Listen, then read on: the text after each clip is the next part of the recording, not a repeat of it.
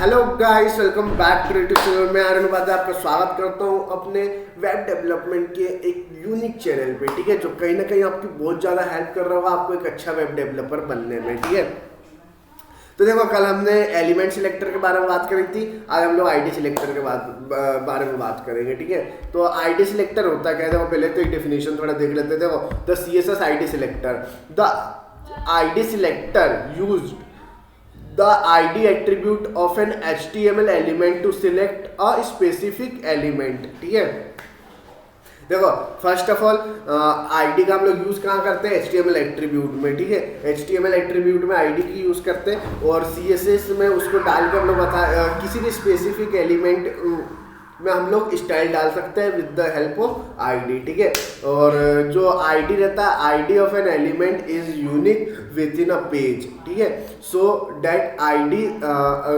ID selector is used to select one unique element. ठीक है, देखो आईडी जो एलिमेंट रहता है वो यूनिक रहता है पूरे पेज में। ठीक है, जैसे आपके स्कूल में 5th क्लास है, ठीक है, तो 5th क्लास एक ही होगा, उसमें भले सेक्शन बहुत सारे होंगे ABCDEFG, बाकी ये नहीं होगा कि 5th क्लास का एक और दूसरा बैच है। 5th क्लास का मतलब उसमें ABCD ये लोग डाल देंगे। ठीक है, ये 5th A है, ये 5th B है, ये 5th C है।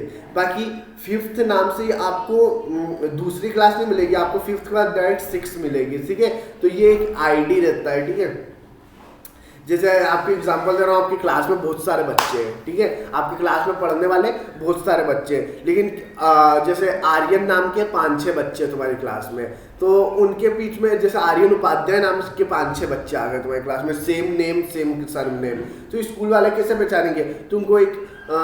एक पर्टिकुलर उनके हिसाब से उनके जो पूरे स्कूल में बस एक ही बच्चे का होगा, उस हिसाब से उसको एक एनरोलमेंट नंबर देंगे। ठीक है, जैसे स्कूल में रोल नंबर मिलता है तो रोल नंबर देंगे कि ये रोल नंबर है तो ये यही बच्चा है। ठीक है, पहचानने के लिए। तो आपको इस पर बिल्कुल लोड लेने की जरूरत नहीं। आईडी सिलेक्टर होता क्या है, तो हम लोग आईडी पे एक प्रोग्रामिंग में आपको करके बताता हूँ, आपको बिल्कुल लोड लेने की जरूरत नहीं है। और देखो एक और चीज़ बता रहा हूँ, to select an element with a specific ID, write a hash, जैसे hashtag character follow by the ID of the element. ठीक है, देखो आईडी का हम लोग यूज अगर सिलेक्ट उसमें कर रहे हैं स्टाइल, मतलब किस में बोलते हो, CSS में यूज कर रहे हैं आईडी सिलेक्टर में, तो हम लोग हैशटैग डालेंगे उस नाम के आगे। जैसे मैं आपको बिना टाइम वेस्ट कर लेके चलता हूँ विजुअल स्टूडियो पे। ज़्यादा बड़ा ये वीडियो नहीं रखेंगे गाइस, जो कहीं ना कहीं आपकी बहुत ज़्यादा हेल्प कर रहा होगा। ठीक है, जैसे मैंने पैराग्राफ में जैसे हमने पहले करा था, तो इसको हटाई दो, आपको भी डाउट आएगा। डिलीट कर दिया मैंने, और डिलीट करने के बाद नया कोड लिख रहा हूँ। ये नए कोड लिखने के बाद मैं इसके अंदर क्या कर रहा हूँ, बॉडी में H1 का यूज़ कर रहा हूँ। H1 में मैंने लिख दिया द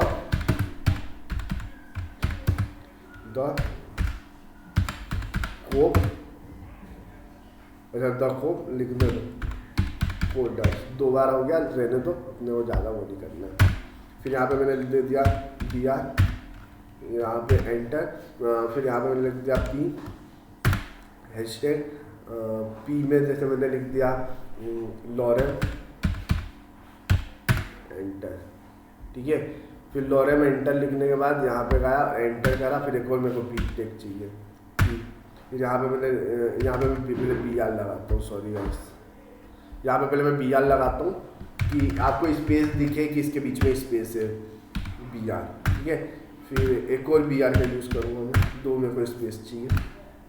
फिर यहाँ पे P का यूज़ करूँगा, 1 मिनट, यहाँ पे P लिखा मैंने, हैंगो कला, लॉरेम M into 7, ये एंटर करा। फिर यहाँ पे जाके एक और वो पैराग्राफ लिख रहा हूँ।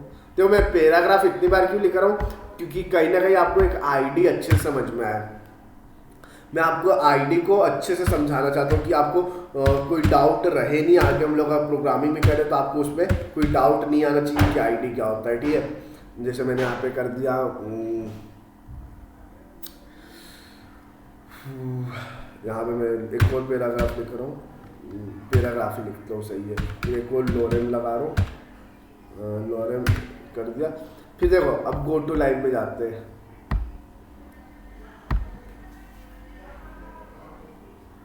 ठीक है, ये आ गया।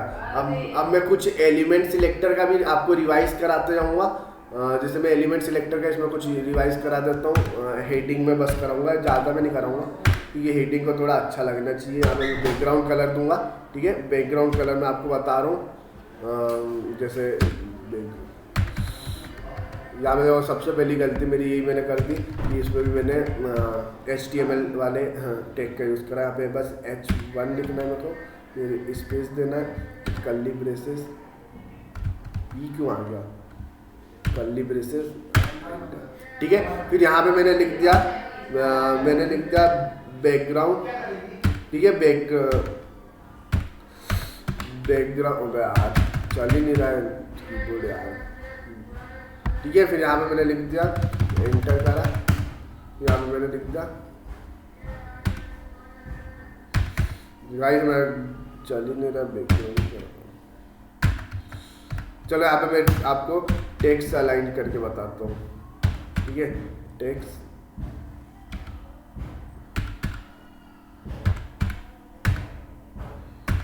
यहाँ पे कीबोर्ड गाइस में कीबोर्ड निकालना पड़ेगा।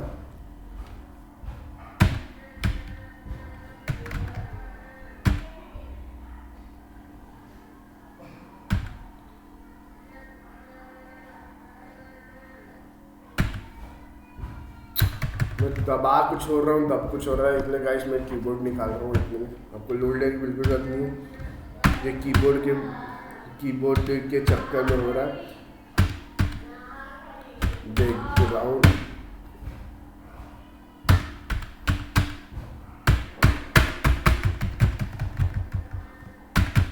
एक मिनट में कीबोर्ड निकाल रहा हूँ जिससे आपका टाइम वेस्ट नहीं हो। कीबोर्ड निकाल लेता हूँ।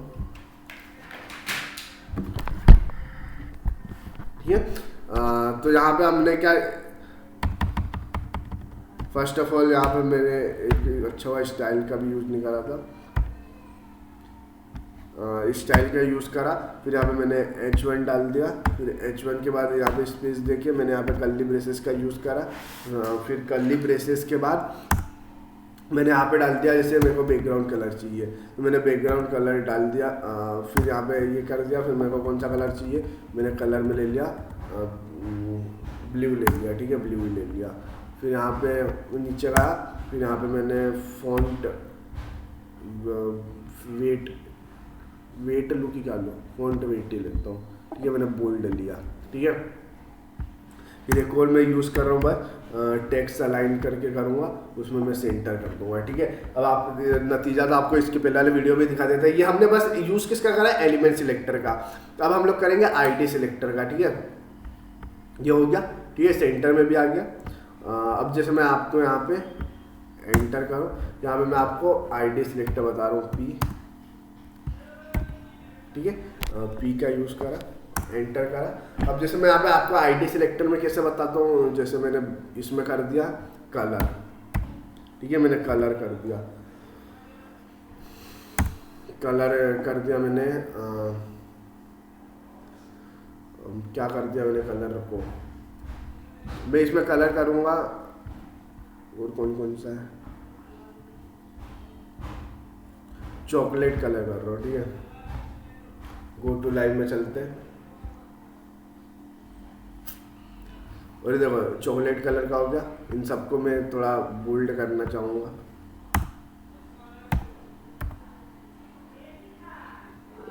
इसको मैं फॉन्ट वेट दूंगा। अरे फॉन्ट वेट, चलो फैमिली से ही कर देते हैं, कुछ हो तो। ठीक है, फिर इसके बाद अब मैं आपको कुछ यहाँ पे बैकग्राउंड एक कलर दे दूंगा इसमें। ठीक है, इसमें भी बैकग्राउंड कलर दे दूंगा। जैसे बैकग्राउंड कलर में दे रहा हूँ यहाँ पे जो वाइट, जाके दिखते हैं। अब देखो आप यहाँ पे देख रहे हो ये पैराग्राफ में इतनी चेंजेस आ गए, ठीक है। अब मेरे को ये बीच वाला जो पैराग्राफ है, ये वाला जो पैराग्राफ है, इसको मतलब यूनिक बनाना है इनसे, कि मैं जो भी लिखूं इन दोनों में एडिट हो, बाकी इसमें एडिट नहीं हो। तो इसके लिए मैं यहाँ पे क्या लगा दूंगा, यहाँ पे मैं लगा दूंगा आईडी में मैंने नाम लिख दिया आर्यन, ठीक है। और फिर गो टू लाइव में गए, ठीक है। अब देखना, अब मैं जो भी चेंजेस करूंगा वो इसमें चेंजेस होगा, इसमें नहीं होगा, ठीक है। जैसे अभी मैं बैकग्राउंड कलर में आपको एक चेंजेस करके बताऊंगा।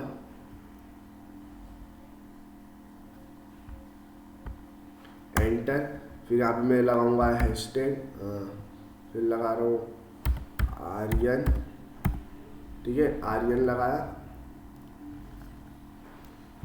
हैशटैग आर्यन ये लगा दिया, एंटर। फिर यहाँ पे मैं लगा रहा हूँ बैकग्राउंड कलर, यहाँ पे लगाऊंगा ग्रीन, ठीक है। बैकग्राउंड कलर इसमें मैंने लगाया ग्रीन। तो गो टू लाइव में जाके देखो चेंजेस इसमें आया होगा, इसमें नहीं आया। क्यों? क्योंकि हमने एक यूनिक बना दिया। इस वाले पैराग्राफ को मैंने बता दिया कि ये सबसे यूनिक है। हम लोग जो भी चेंजेस करेंगे अगर पैराग्राफ में करेंगे तो वो देखो, मैं आपको बोलूँगा नहीं, कोई पैराग्राफ में अब चेंजेस करके बता रहा हूँ। जैसे मैं ये वाले कलर को ले रहा हूँ ब्लू, ठीक है, मैंने ब्लू ले लिया। चलो अब जाके देखो चेंजेस किस में आया, इसमें और इसमें।